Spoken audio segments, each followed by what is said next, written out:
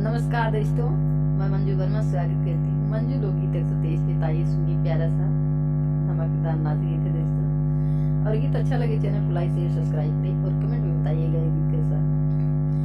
छोटी छोटी खांचिया बोझल आवे मटिया सुगना तोहा के लइके ना, सुगना तोहा के लइके ना। डर बड़ी हवा पे मड़ैया सुगना तोहा के लइके ना, डर बड़ी हवा पे मड़ैया सुगना तोहा के लइके ना। छोटी छोटी खांचिया बोझल आवे मटिया सुगना तोहा के लइके ना, सुगना तोहा के लइके ना। डर बड़ी हवा पे मड़ैया सुगना तोहा के लइके ना, डर बड़ी हवा पे मड़ैया सुगना तोहा के लइके ना। डारी डारी घूमना सुगना पाती पाती धूमला, डारी डारी घूमला सुगना पाती पाती घूमला।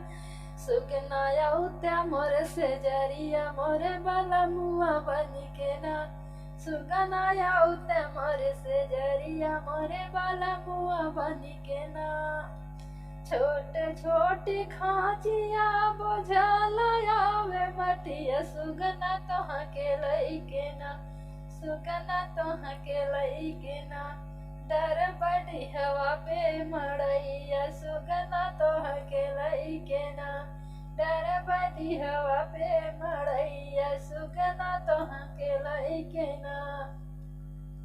डारी डारी घूमलू चिरई पाती पाती घूमलू, डारी डारी घूमलू चिरई पाती पाती घूमलू।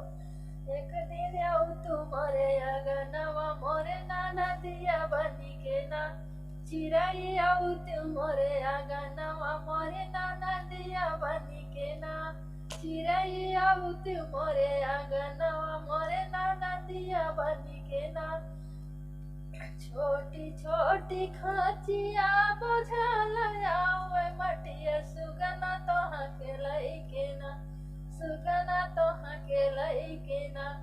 डर बड़ी हवा पे मड़ैया सुगना तोहा के लइके ना, डर बड़ी हवा पे मड़ैया सुगना तोहा के लइके ना।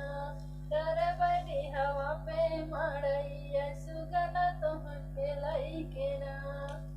धन्यवाद दोस्तों।